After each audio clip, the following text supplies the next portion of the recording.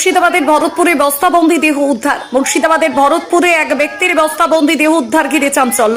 ভরতপুর থানার হামিদপুর গ্রামের ঘটনা। যে শনিবার সকালে ওই বস্তাবন্দি দেহটি দেখতে পায় স্থানীয় বাসিন্দারা।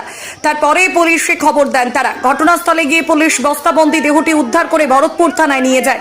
মৃতের নাম দীনবন্ধু পাল। তার বাড়ি ভরতপুর থানার কুন্দিরিয়া গ্রামে। মৃতের ভাইপো গোপীনাথ পাল জানিয়েছেন, শুক্রবার সন্ধ্যায় হামিদপুর গ্রামের একটি ধর্মীয় অনুষ্ঠানে গিয়েছিলেন। সেই সময় হামিদপুর গ্রামের এক ব্যক্তির কাছে ধার দেওয়া টাকা চাইতে গিয়েছিলেন। মৃতের পরিবারের দাবি ওই ব্যক্তি খুন করেছে। ঘটনার তদন্তের পাশাপাশি দেহ ময়না তদন্তের জন্য পাঠিয়েছে পুলিশ।